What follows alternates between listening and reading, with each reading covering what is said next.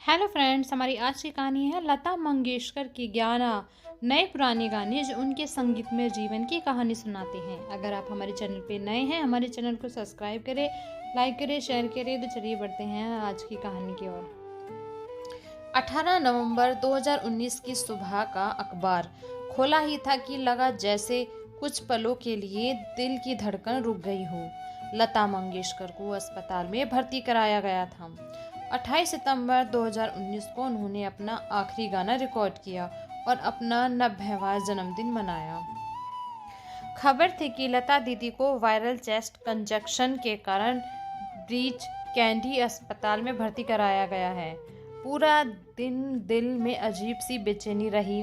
लता दीदी का चेहरा, उनके गाने, उनका स्वर, कोकिला का खिताब, दुनिया का उनके वंडर वॉइस के नाम से जानना, सब कुछ याद आ रहा था। कहीं उन्हें खोने का डर मन में घर करने लगा। अगली सुबह तब राहत दे गई जब उषा मंगेशकर जी का बयान पढ़ा कि लता दीदी की हालत में सुधार है और वो जल्द ही घर आ जाएंगी। कुछ दिन बाद फिर खबर आई कि अब दीदी को आईसीयू में ले जाया गया है।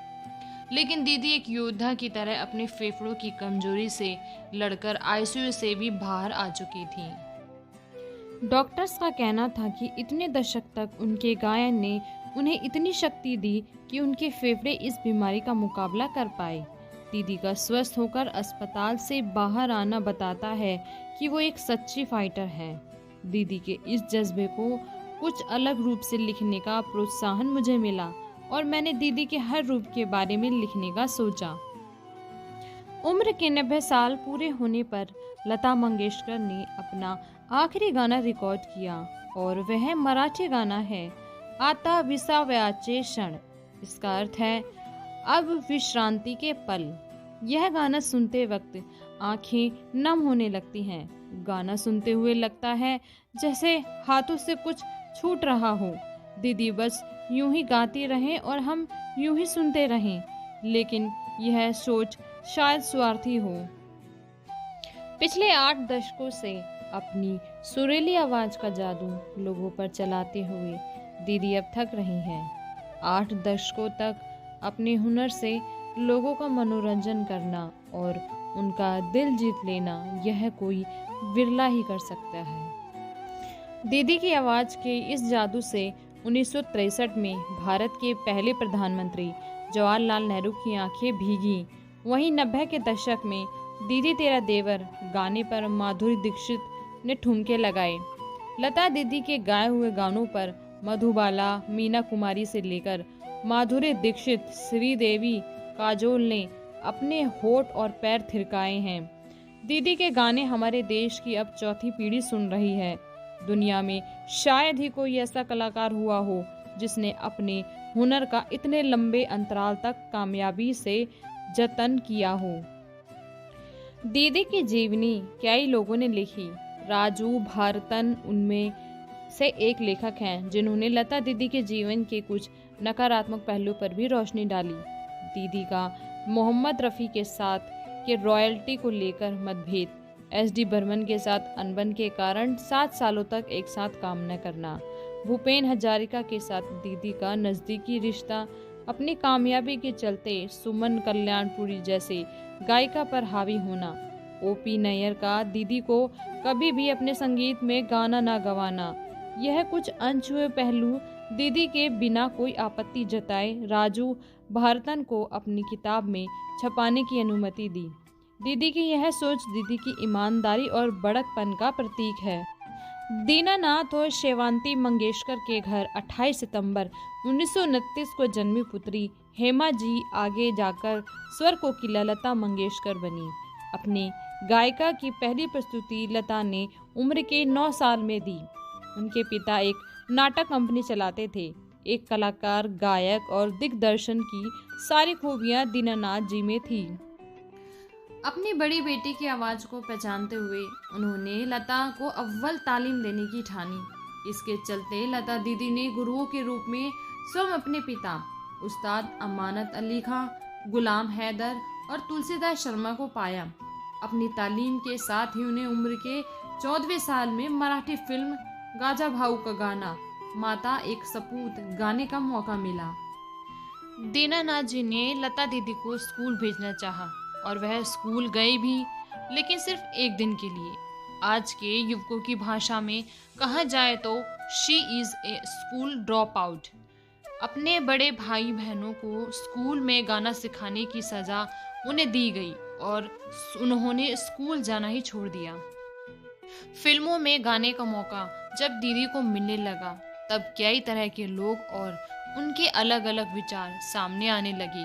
दीदी की आवाज को लेकर कई तरह की टिप्पणियां होने लगी, लेकिन लता दीदी ने सभी बातों को गहराई से सोचा और अपने गायन शैली में बदलाव किया। 1947 में बन रही फिल्म शहीद के दिग्दर्शन श्रीधर चटर्जी ने दीदी की आवाज को यह कहकर अस्वीकार किया कि यह आवाज बहुत पतली है और प्लेबैक सिंगिंग के लिए सही नहीं है। यह बात गुलाम हैदर, जो लता मंगेशकर के गुरु गॉडफादर थे, उन्हें खल गई। गुलाम हैदर ने इस बात को गहराई से लिया और दीदी की तालीम और जोरों से शुरू कर दी और कहा कि एक दिन इसी आवाज के लोग दीवाने होंगे। वहीं दूसरी ओर दिलीप कुमार साहब ने कहा कि लता दीदी के गाने में मराठी भाषा का स्पर्श आता है और वे नूरजहां की नकल करती हैं। दीदी ने इस बात पर भी गौर किया और शफी साहब से उर्दू की तालीम ली। नूरजहां की गायकी की छाप से अपनी गायिका को अलग किया। लता मंगेशकर के बारे में यह अफवाह भी फैल गई कि वह अपने छोटे भाई बहनों को संगीत क्षेत्र में बढ़ने का मौका नहीं देती, लेकिन यह इल्जाम भी सरासर झूठ साबित हुआ। लता से छोटे सभी भाई बहनों ने फिल्म इंडस्ट्री में अपनी अलग पहचान बनाई। आशा भोसले एक वर्सेटाइल सिंगर के रूप में उभरी, तो उषा और मीना ने भी खूब गाने गाए। उषा मंगेशकर का मुंगड़ा आज भी जादू चलाता है। हृदय नाथ मंगेशकर हिंदी के साथ ही मराठी फिल्मों के सफल संगीतकार बने। एक पत्रकार ने दीदी के बारे में लिखा कि वो आशा की तरह सेंसेशनल गाने नहीं गा सकती। इस चुनौती को दीदी ने स्वीकार किया और बखूबी हेलन पर फिल्माया गया आ जाने जा गाना गाकर सबकी होश उड़ा दिए। 1958 में शुरू हुए फिल्म फेयर अवार्ड में दीदी ने अपनी नाराजगी जताई। इस अवार्ड में सिर्फ बेस्ट सॉन्ग कैटेगरी लता दीदी ने बेस्ट मेल और फीमेल सिंगर्स की कैटेगरी की शुरुआत करवाई। 1958 से 1966 तक लगातार इस फिल्म फेयर अवार्ड को पाने वाली लता मंगेशकर अकेली फीमेल सिंगर हैं। 1967 से लता दीदी ने खुद इस अवार्ड को लेने से मना कर दिया ताकि नव युवतियों को भी मौका मिल सके। फिल्म महल, मधुमती, चोरी चोरी और कई फिल्मों में उनके गाए गीतों ने एक नया आयाम हासिल किया।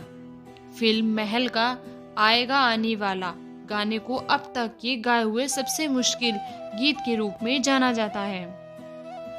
लता मंगेशकर को 3 नेशनल अवार्ड मिली और नेशनल अवार्ड को पाने वाली सबसे बुजुर्ग गायिका का सम्मान भी उन्हें मिला। 1990 में फिल्म लेकिन के लिए उम्र के 61 साल में यह अवार्ड उन्होंने बनाया। महाराष्ट्र एवं भारत सरकार के कई सम्मानीय पुरस्कार की हकदार भी रहीं। महाराष्ट्र रत्न, पद्म विभूषण, भारत रत्न जैसे पुरस्कारों ने उनकी सफलता में 4 चांद लगाए। दीदी के 90वें जन्मदिन पर भारत सरकार ने डॉटर ऑफ इंडिया नामक एक एल्बम रिलीज करके उन्हें गौरवान्वित किया।